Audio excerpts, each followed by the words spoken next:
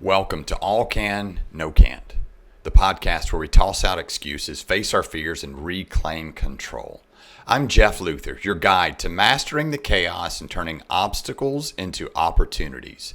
Whether you're an entrepreneur navigating the ups and the downs of building a successful business, or someone ready to rewrite the rules of your life, this is your space to grow, to push boundaries, and to embrace doing the hard shit that leads to greatness. Together, we'll explore stories of resilience, strategies for overcoming, and the mindset shifts that let you build a life on your terms.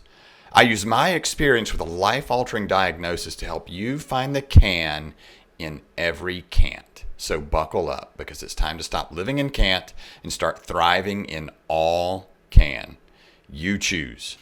Welcome back to the All Can, No Can't podcast, where we crush excuses, face fears, and reclaim control. I'm your host, Jeff Luther, and I'm your guide to mastering the chaos and turning obstacles into opportunities.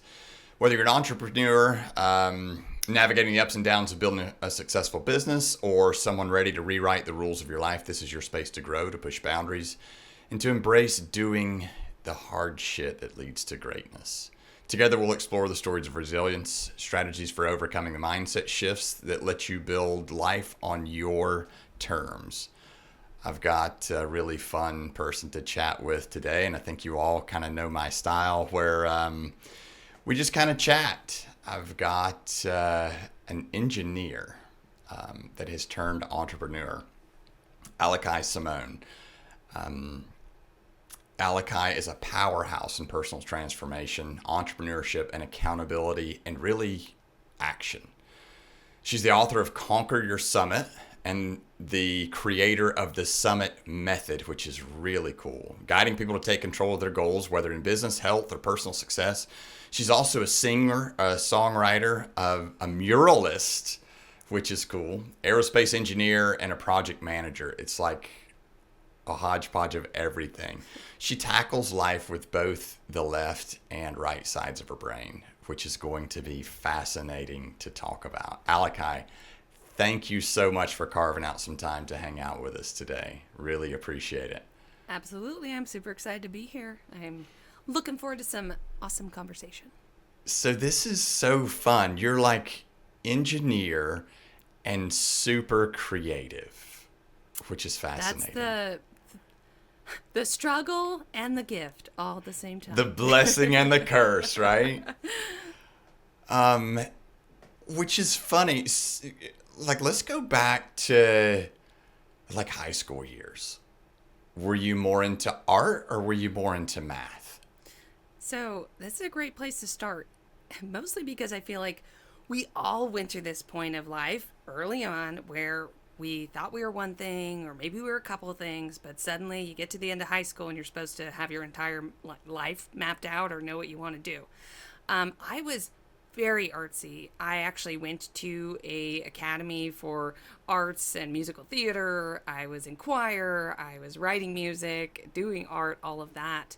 But at the same time in school, I was that like, I got to get A's on everything, like perfectionist, brainy person. And I loved math. I was very accelerated in math a couple of years. And I thought, okay, well, what do I do? And it wasn't until I had a college counselor who was like, there's this thing called engineering, and you can definitely apply a ton of math to that. Because I thought, okay, what do I do with math? I could be a math teacher, which I always wanted to be teachers, so I thought that'd be cool. And I was at this crossroad of, all right, do I go to college and go to engineering, or do I go off and try to pursue my arts and my music and, go into a totally different lifestyle? Yeah. And, everybody makes a different decision. My decision was to go into engineering. I fell in love with aerospace and just wanted to dive into what that life would look like. But, and this kind of spoiler to the Summit Method, later on in life when I wrote this book, it all came from that. It came from, we all have these struggles. We all have these, what do I do? What do I do? What do I do at different years in your life?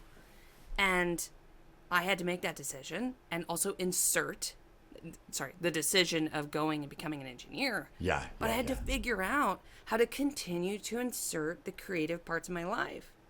because you never want to lose all of it, right? And that's a big part of who I am. That from a young age, I knew I was many things, and I've had to create these methods over my life and share them with others on how you can make plans and figure out how to be all of those things, or to become multiple different, people, or, dreams coming true, that kind of stuff. Yeah. Okay, so that's a lot, and I have questions. Fantastic.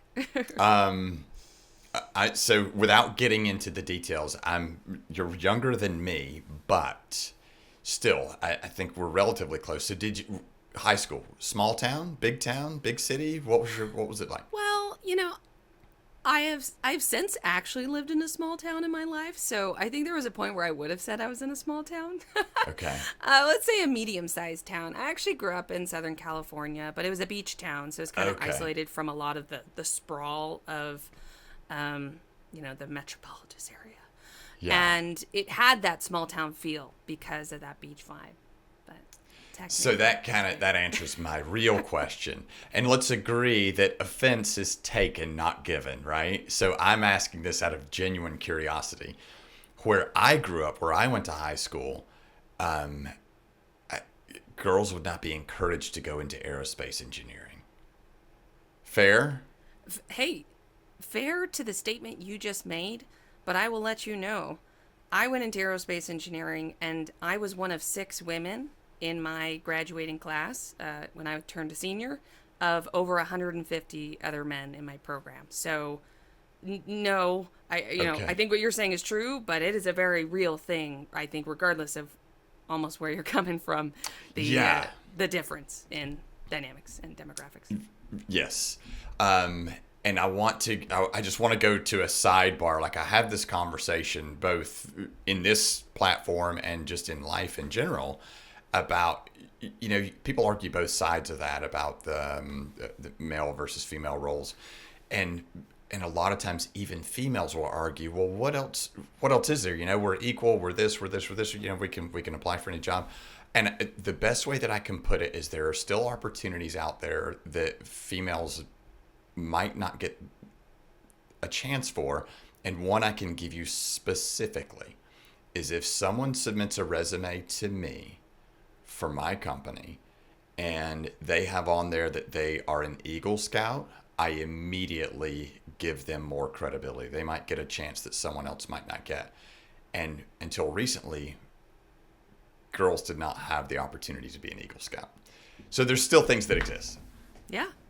There's a lot of things that definitely still exist there. Yeah. And the journey for me personally, there's so much that goes into the topic of women in STEM and women in STEM as science and technology, engineering, mathematics. But I found that I think from a young age, I was surrounded by so many men in my industry and in my learning that I got very used to that. And I just kind of fought through that. I just went full in. I wasn't all like, where are all the women? Don't get me wrong. Looking back, it's like, okay, how could I help change that? And I do things like volunteer in elementary schools so I can kind of showcase to the youth, hey, look at me. I'm a bright, vibrant, dynamic woman. And you don't have to look up at science as this stereotypical boring, thing.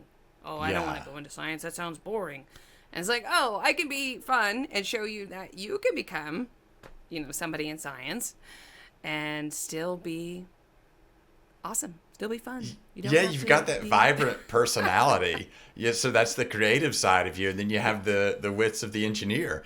And I'm so curious about, humans are purpose driven. I know for certain, and a lot of the men that I work with, that I coach, I know they're happier when they're creating, when they have goals, when they're focused, and they're purpose driven. And it's like, that's what gives people their life, right? 100%. So with you having such a broad range of interests, like, how did you maintain purpose? Is that question too big? I feel like... No, I love this question because, pairing over for a second to the book that I've written, Conquer Your Summit, How to Build a 5-Year Plan and Live Your In Best 6 Life. months. Yes, I did write this book in 6 months. We talked about that. That burns me. I'm sorry I interrupted you. Go ahead. Oh, no, you're fine. So I bring that up because the very first chapter of, I have another book too that I recently published, but the very first chapter of both of those books, written in different ways with different exercises to help people, is how to determine your life purpose statement. Because I believe that is number one. Before you make a plan, before you execute, before you try and go out and do whatever it is you want to do in your life, you have to find purpose. Yeah. And to answer your question specifically, how I, create purpose as a multifaceted person who's all over the place on any given day, but trying to stay focused, I recognize that life is not about one purpose. And that's what I try and teach people. I actually talk about personal growth, financial freedom, career success, and community engagement. Those are the 4 pillars that my book focuses on, and how you make plans and you execute around those 4 areas. So I make the time to create all these mind maps and let all the ideas flow from my mind of what each of those 4 things mean to me, and how I funnel down kind of this multiple questions of why. So, if becoming financially free is something really important to me, why is that? And then you answer that question, and then you ask another why question, and then you ask another why question, and you just keep funneling down until you get to a point where you're like, wow, becoming financially free is such a big part of my purpose, because I want to free up my time so that I can continue to create and continue to give to others, versus maybe being in a 9-to-5 where I'm working 40 to 60 hours a week and feeling like I'm just in this constant rat race, which we don't all get the luxury of jumping out of that. Hopefully at some point you've got a retirement plan to get out of that, but that's just one piece. So for me, being multifaceted, I have multiple life purpose statements that I put up on a wall, that I visualize, because I will pause and say, if anybody gets anything out of this podcast, visualization, right? You can do anything if you just put it up on a wall and you visualize and you keep seeing it, and you keep seeing it, and you keep seeing that data. Keep seeing your life purpose statement. It should resonate with you. It should bring a fiery passion to your life. And when you look at it by your nightstand or your mirror in your bathroom or whatever it might be, I get up and I am jazzed. I am ready to say, yeah, this is what I'm doing. This is why I'm doing it. And when times get tough, you go back and you read those, and they should be able to give that spark to you. And that's what it does for me. That's awesome. Now, so do you advocate that it's a written statement? Do you advocate that people do like have their pictures of their vision or their purpose, like trips they want to take, and visualize it that way? Or is it truly like you boil it down to a statement? This is my North Star, my stake in the ground, and hell or high water, this is where I'm going. Yeah, so I actually recommend both. Specifically, my second book, which is The Summit Method, a 3-step strategy for success in self, wealth, and community, I speak about how there's 3 steps. Step 1, mental tools, which is getting that life purpose statement, establishing a positive growth mindset, having the proper state of mind to be able to go forth and make a plan and execute, because you're going to hit barriers. You're going to be like, I can't do this, but no, you can do this because you created a strong mental health. So that's number 1. Number 2, planning techniques. And I go over a very specific method on how to break down all the things you want in life and create steps to get there. There's a lot of ways to do that. You can follow mine, but it's a whole planning technique of each piece. Then you get to execution habits. That's the 3rd step. In execution habits, I talk about what you just asked. I talk about a vision board for visualization, which we're probably all familiar with that. I didn't create that. That's fairly standard. That's throwing something on your wall, or maybe you have something on your computer and your backdrop that you're looking at. And it's pictures of, like you said, vacations you want to go to, or if you want to, if you're a power lifter and you're trying to get to some awesome lifting status, you can throw that on there. You can have, financial goals on there. Maybe you want to do something with education or spirituality, or, other kind of big events in your life. You just throw all these pictures on there, and they're supposed to inspire you. That is a way. And I Yeah. think we all think differently. We all process information in a different emotional, box in the brain. So Right. those vision boards are important. And I do teach that. I do it myself. But I also believe that the art of crafting an actual sentence, and in the case of what I do, it's about 4, because I want you to have a purpose statement for your personal growth, your financial, your career, and your community, your friends, family. A statement for each of organizations. those. A statement for each of those. Yes. Personal growth. Financial, career, and community. Community. Those are the 4 pillars of what can make this holistic life, and you trying to have goals around that. And I actually believe in the sentence because, vision boards are beautiful because it's like what you want to be. You want to do that. You want to see that. But it's easy to lose sight of how to get there, or like real Yeah. words around it versus, Which is step 2, which is your step 2, right? Yeah. Yeah. Step 2, exactly. Step 2, planning techniques, and that's the actual details of how you get there. The steps to climb this mountain that seems like you don't know how to get to the peak, right? But Right. if you just break it down into mini steps and you look at, maybe in 5 years, maybe you're someone who wants to buy a house and you feel like, oh my gosh, there is no way I can ever be able to buy a house. Yeah. I'll Well, never get there. I would challenge that to say, well, do some education. Let's do some learning. And then figure out what would you need for a down payment in, your given area. Or, maybe you do have to go somewhere else for that. But if you figure out that number and you look into different loan programs, you'd be surprised to break that down. If you said, in 4 years, I want to buy a house. Okay, so take that number, divide it by 4. That's how much you have to save that year. Divided by 12, divided by, or 52. And Yeah. you realize, I have to put this much money in this, piggy bank every week. And suddenly, this concept of, let's say saving $40,000 or, $50,000, whatever it might be, depending on, what type of loan you're getting, it's easier. It might still be really hard and you got to focus.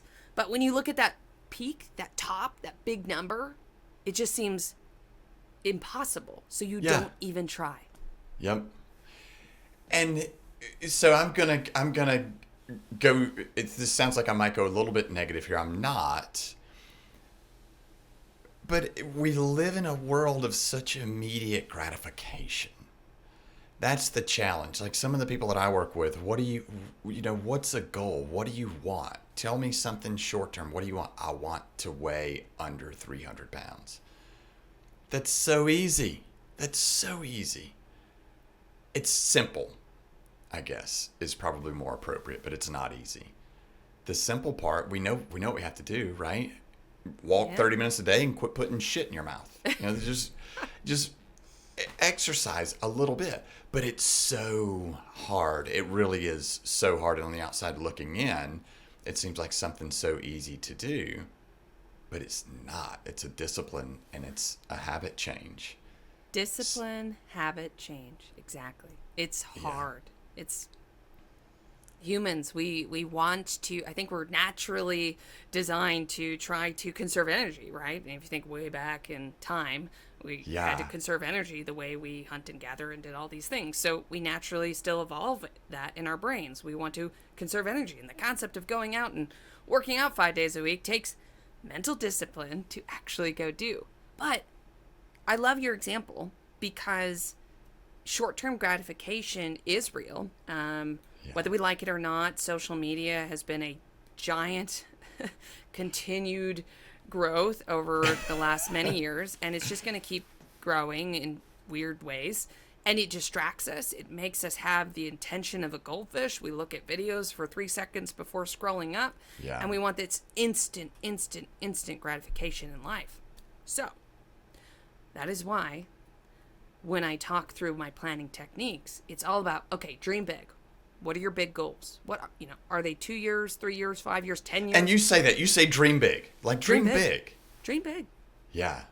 Dream big. I love that. Because we got to have inspiration in this life. And there are a lot of ways to get there if you dream big and then you break it down. And I ask people to say, take that big dream break it down to mini steps. And each mini step is something you're going to put on the top of each year of that plan. That's your guiding light for that year. So we talk about, New Year's resolutions in January. But I bet most people who do that, which I don't, and hopefully by the end of this podcast you understand why I don't do New Year's resolutions, but you're just kind of making them up in that year. They're not tied to some bigger goal or objective. So I say break up your big goals into mini steps, which are really your year goals. And then you even have to break it up further. Now you're like, okay, this year, my one mini step. What are 12 tasks that you need to do this year to accomplish that? 12? Why 12? You now have one task per month that you need to work on. And if you wanted to run a marathon and you are, a couch potato, and it's going to take time, and that's okay, because you have time to do that. And maybe this month's mini step is you went to the store and you bought some good running shoes, right? Right. Accomplishment. Yeah. That's the instant gratification that people need to start realizing. It's not about, I want to be less than 300 pounds, or I want to run a marathon, or I want to buy a house tomorrow, or, I want to graduate college today rather than the 4 years it's going to take me. Things take time. Those big dreams take time. But if you break it down and you spend the time and energy to give yourself the space to break down into smaller steps, you're going to realize what are the little things that I could check off this month, put in my accomplishments tracker, and say, I did that. I am on the right course. Yeah. That's what it's about. Staying on the right course. Yeah. And I think it's, so two things come to mind. Napoleon Hill, Think and Grow Rich. I think it's in that book. He says, he who does the thing has the power, right? So it's about action. And it's Earl Nightingale, his definition of success is the perpetual movement towards a worthy goal. So it's not the goal, the goal is going to change. Hopefully the goal changes. Like if you want your clean and jerk to be 300 pounds, well, once you hit 300 pounds, doesn't mean you're going to quit, right? The goal changes. And that actionable item is really where the success is. I think. I agree. Absolutely. And I'm glad you brought up change, because in my first book, which is titled 5-Year Plan, conquer yourself, how to build a 5-year plan and live your best life. I have so many people who want to be like, 5-year plan. Like, why 5 years? Do you really think people should be doing 5-year plans? Nobody does that anymore. And I think to myself, hold the phone, everyone. No, I am not asking anyone to craft this beautiful 5-year plan and then, wrap it in a bow and follow it to a T and never make any changes. My method is actually all about adjustment and change, because I talked about those 12 steps which go into each month. So now the one thing I need to do each month, for personal growth, financial, career, and community. There's one for each of those, 4 tasks. So I'm going to stay aligned with my goals. Well, I do this thing called the Summit event, where every 3 months, or if you're a quarterly person, at the end of every quarter, you sit down, you pull out that plan, you write in your accomplishments tracker, you have a conversation about the things you didn't complete. Why? Was there a barrier? Do you need to make changes in the next 3 months? Do you even want to do this anymore? Do your big goals still align with whatever has happened to you in the last 3 months? And you update your plan for the next 3 months. And that means every 3 months, you are creating momentum. You're reminding yourself what you are trying to do. And you're moving forward and making changes. That's what a 5-year plan is. A 5-year plan or a 3-year plan or a 10-year plan is just about being, honestly, better than most people out there, because you chose to take the time to have the insight to look at your future, to really think forward, so that in these 3-month increments, you keep marching towards that distance. You're going to get to the end of that marathon. Now, do you advise folks in that every 3 months, do you ask yourself questions around that goal? Okay, is this still my goal? I do. Okay. Because they change, you know, and sometimes they don't. You're like, I'm on this. I'm making progress. I'm moving forward. But there are times where it's like a business, right? Do you open a business and pick a name and set up all of your, articles and determine what you're going to do and never look at anything and never change and don't, make yeah, differences when you look at your marketing data and you're like, oh, maybe this is a bad market. Maybe I should change the way I show myself on social media. No, if you're running a business, you are always looking at data. You are always looking to say, where do I need to be more efficient? Where do I need to grow? And your life is a business. Your life should be run in a way that wants you to be more efficient. Not only for yourself, because the better you are as a person, the more you can, give to others, but, for your family, for your friends, for your community organizations. Those are all important. You got to have goals around all of it. You and those people. Otherwise, we're all kind of spiraling. And that's what I want to do, is help people spiral less in this world. Right. Wandering around aimlessly. So here's the challenge that a lot of people have is like, atomic habits. Yeah, all that's well and good. How do you start? How do you start? How does one start? That's the thing. So it's like, okay, like me, here's what I think. And I am one, like, I like to do hard things. Like, if somebody says, oh, well, we could go this way, but it's uphill and then we have to go through this and do this, but why don't we just take this escalator? Like, let's do the first one. But my approach is if you take a step, the ground will find you. But how do you encourage the folks that you work with to have that trust? To even take that first step, right? Yeah. That's the hard part, though. That's the hard part. It is the hard part. Let go of the vine, or whatever you want to call it. What methods have you used that have worked with people that are just stuck? Yeah. I actually am a really big fan of mind maps. I've mentioned it a couple times here already, and I'll say it for those who aren't familiar with a mind map. It's about taking a central prompt or question, putting it at the center of a blank piece of paper, and setting a timer for 5 minutes. You'd be surprised. No, 5 minutes is way doable. You have my undivided attention. Perfect. So you'd be surprised how many people have either never done this or, it can illuminate so much in your life. Yeah. So I'll talk about some of the prompts in a second, but you then let yourself loose. You've got your pen and you just draw a line off that bubble and you write an idea. If an idea comes off of that bubble, then you draw a line and write more. And the key to this exercise is limitless thought.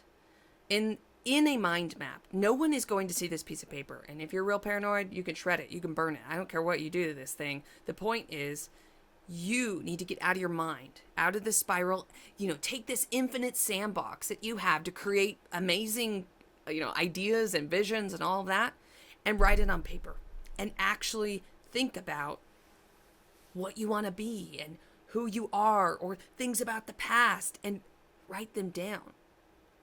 Don't let preconceived societal barriers or what you think your peers would say bother you. Like, push that out the door and let it out. And give yourself 5 minutes. If you need more time, then, set another timer for 5 minutes and keep going. But, some questions I like to jump in with people are things like, okay, what are events or memories or people in your life that have affected you deeply, whether, positive or negative? And that's really important because we have to dive into some of these deep-rooted things that are just growing inside of us. Because sometimes in order to go for this big dream or this big positive thing you want, and you don't tackle those beasts or understand why that is a driving, feature to who you are, you're going to trip along the way. So I ask people to really dive into that. What trauma do you have? I'm not a therapist, so I can't exactly help you through every aspect of your trauma, but I do want people to think about that.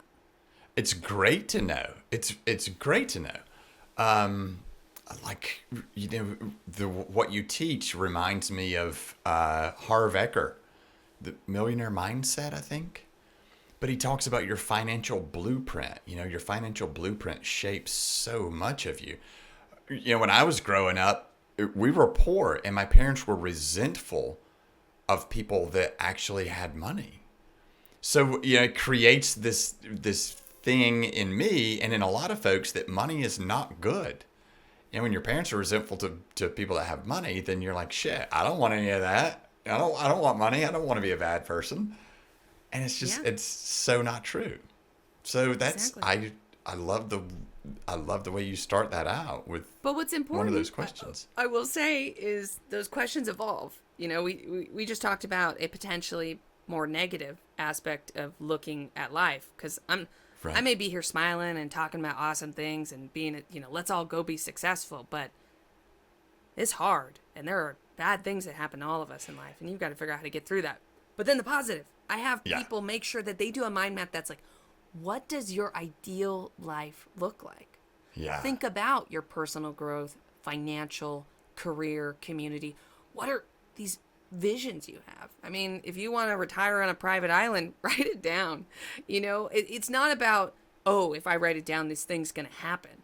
It's about Right. letting out anything that comes to mind and seeing that beautiful visualization. There's some other questions along the way, but that's what I like to do is really take people through these deeper mind map sessions so we can pull out themes. Sometimes I'll notice people write all this stuff and they have tons of health and fitness items. I'm like, you've got a strong health and fitness theme. We need to focus on that. Or you've got a strong family theme in here. That's where we need to start growing these plans. But if I said to you, what's the most important thing to you in life? You're like, Uh, and those are the people who, are afraid to take that first step. They're overwhelmed. So I have to help them break it down. Get the overwhelm out, clear the fog of the brain, and see the ideas, write them down, and see where it takes you. Because everybody's different. yeah. Yeah, I guess that's probably one of the fun parts of the exercise, but it's also intimidating. Once you write it down and then you map off of that. But once you get that one thing written, it probably starts to flow a little bit, I would think. Absolutely. Well, that flow, a really important thing to insert here is you are not alone. In fact, you have mentors, whether it's family or friends, or, go on LinkedIn and find somebody who does whatever it is that you want to do or has the kind of lifestyle that you would like to have. Join meetups, join networking groups. Networking doesn't have to be a business term. Networking is about finding other people that are like you or like the person you want to become. And when you surround yourself with the kind of people you want to become, you break down this fear because now you're learning. You got to be able to learn. And you can go on the internet, do a search, figure out, hey, I've suddenly decided that I want to become a marathon runner and I don't know where to start. Yeah. Google it or whatever you use. I know AI can be a very tumultuous conversation, but if you do use AI, it's a great place to start. Go ask AI and they'll give you the 10 steps on what to do to, start a given thing. So I think when we feel alone, I really challenge people to say you're not alone. You need an accountability partner. You need a mentor. You need to learn to go ask questions and get answers. You do not have to come up with your life plan by yourself. You just need to have a starting fire, a match to light the flame, and then go get all the supplies from everybody else to keep the fire burning. Yeah. The one caveat I come up with, though, is we have to be vulnerable, right? You have to be willing to be vulnerable. And that word is like taboo for some people. Holy shit. Whoa, whoa, whoa. What do you mean? You mean I'm going to ask a question and expose myself and I have no idea what the outcome is going to be? Yeah. I read a book called Badass Habits, and I didn't read this book because I was trying to work on any habit, related thing. But there was this whole section in there about kind of getting through difficult times and essentially becoming vulnerable to your point. And I think that was a moment in my life where I discovered some methods to getting past that. Like, I started my life as a perfectionist. I was like, oh my gosh, I got an A- on, a quiz, and I'm crying, in third grade, right? An A-. So I struggle with that. I don't want to admit my faults or not be perfect or, have to go and learn something because I should just know everything. I'm sure there's a lot of people out there who can relate with that. But all I can say is it is so critical that you continue to break down that wall and you continue to realize that with a positive growth mindset, every single thing that happens to you, good or bad, failure or not, it is an opportunity for growth to become something else. Those with a kind of negative growth mindset, if you will, or fixed mindset, they know how to get the trophy and they want to keep getting the trophy and they're never going to change because they want to make sure that they can stay the status quo and stay in their bubble. But inevitably, your life will not be fulfilled and you will not be happy and you will have a harder time. So if there's anything that I can say to hopefully help people out there, start the process of vulnerability and realizing you need to ask questions and being okay with that. It's saying, I can learn something. And every opportunity, even a failure, is a moment for growth. And that growth is what's going to be exponential. You will find that a hand will be there to hold you to the next level. And you got to work on letting go of the fear. It is hard. I'm not going to pretend like it's, the easiest thing. But it will never become easy until you start trying it out. Right. Yep. Yeah, I tell my kids that. I've got 3 boys. They're older now, 19, 17, and 15. But they've always, from my perspective, as a parent, you want what's best all the time, and you see, oh, well, you can do this to be better and all this stuff. But socially, they were always kind of wanting more and not the most social kids. But I would always tell them, like this is your comfort zone, and as long as you stay in the center, that's the perimeter that you have. That's as far as you can go.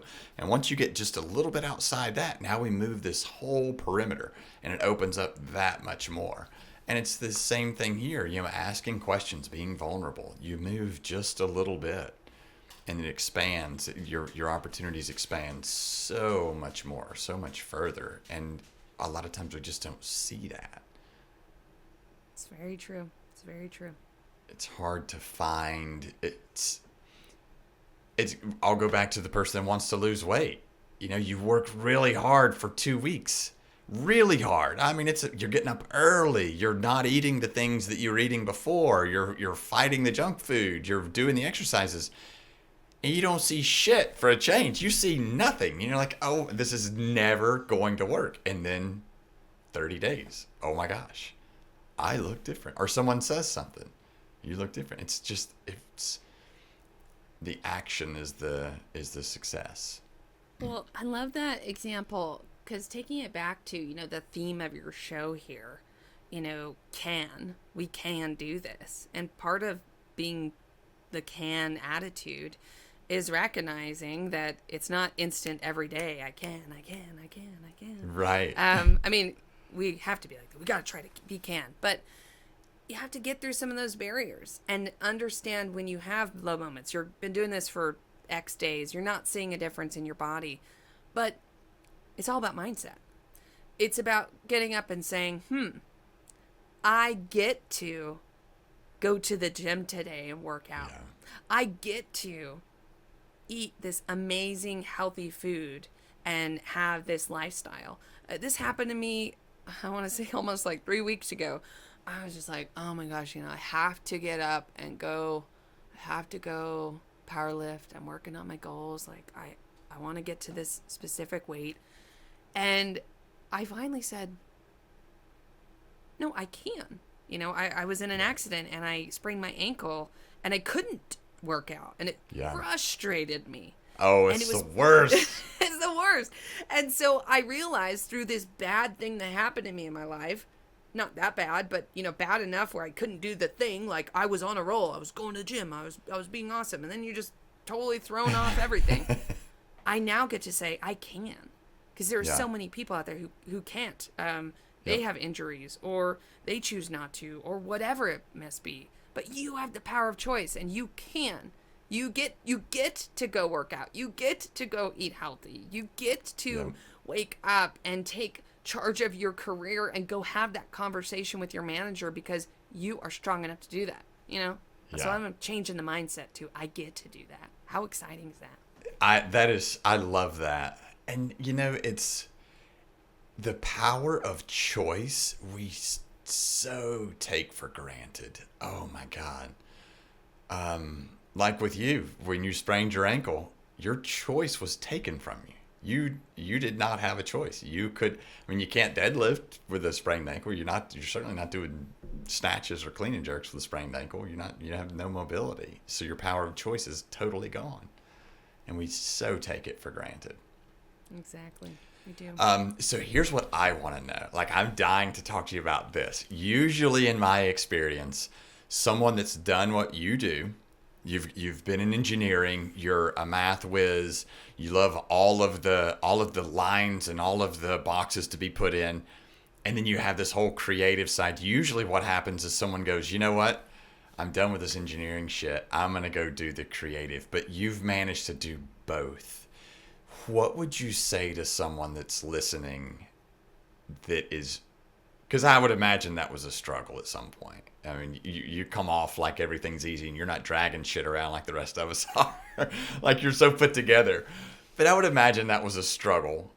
What would you say to someone? How do you do both? Or how do you choose if you really only want to do one? Absolutely. So, it is a struggle, and it's also why I created the Summit Method over 10 years ago. I got out of college, I started my aerospace engineering job, and I suddenly felt like, I'm no longer up till 4 a.m. studying for exams. I have time in my life. What do I do with it? And so I'm working. I'm continuing my skills as an engineer, and I'm choosing now, what do I do with my time? How do I build friends? How do I build a community? How do I look at my peers and other people older than me who seem like they're really financially put together, and I'm jumping into my first job being like, I have no idea. I've been in college for 4 years. Like, Yeah. what do I do with finances? And so that's why I started creating this method. It was for someone or people out there who have a lot of different parts of their life, and they want to figure out how to effectively insert each piece in the right way, in the right amount of time, and to remember to do music. Oh, do I have music goals? Great. What are they? How do I put that into my plan? What's the one thing I'm going to do this month that's music related? And as you do that 3-month check-in, sometimes I would realize I'm unhappy. I want to do more music. What am I doing? And the next 3 months, I would change that. I would say, oh, well, I'm going to decrease social interactions with people, and I'm going to choose to prioritize practicing music and applying to go do gigs in the community and going out and networking and doing that. It's all about choices, and it's all about, prioritizing the grid of your life, the time that you have. You're sleeping most of the time. Right. You're working the other most of the time. So what are you doing with the free time that you have? And how are you splitting it up against the things that you love or want to be doing? And that is how I've done it. I have chosen how to make sure that I can insert the things that I love. And if I'm not doing it enough, then alter it and move time around and keep thinking about it. But I would say the real advice piece I would give to someone listening right now in the whole I'm an engineer and I want to be creative vibe in life, you don't always have to be all of it all at the same time. Yeah.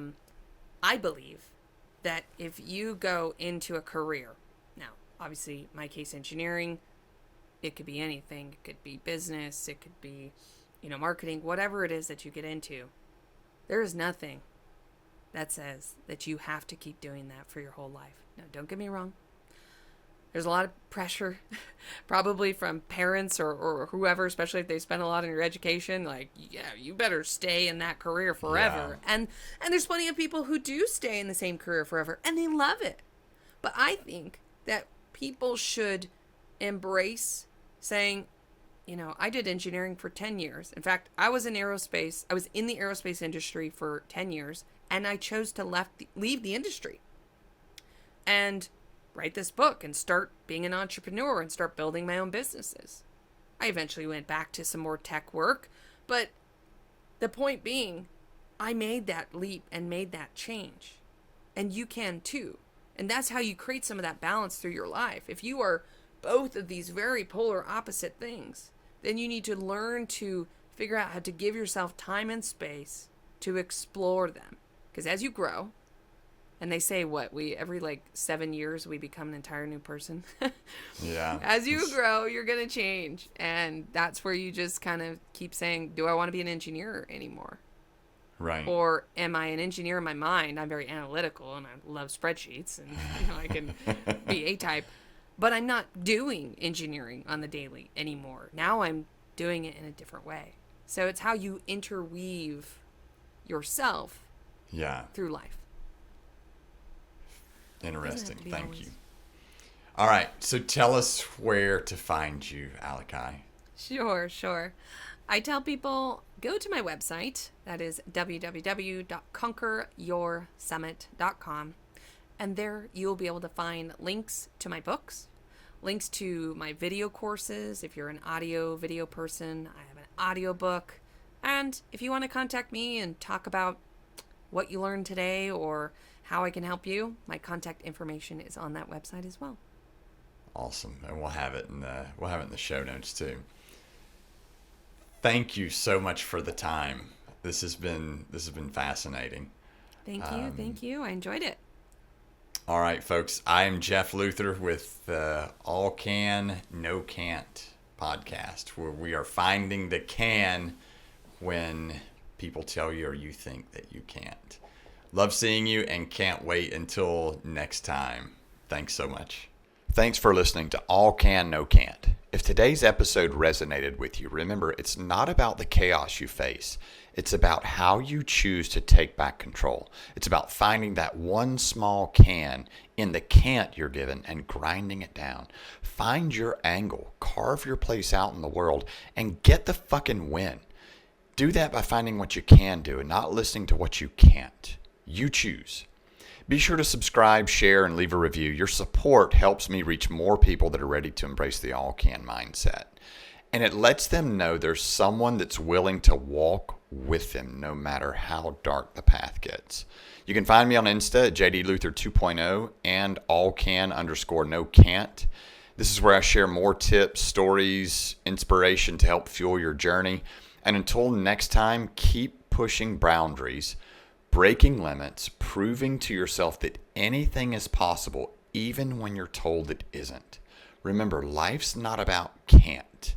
It's all can. Go prove them wrong.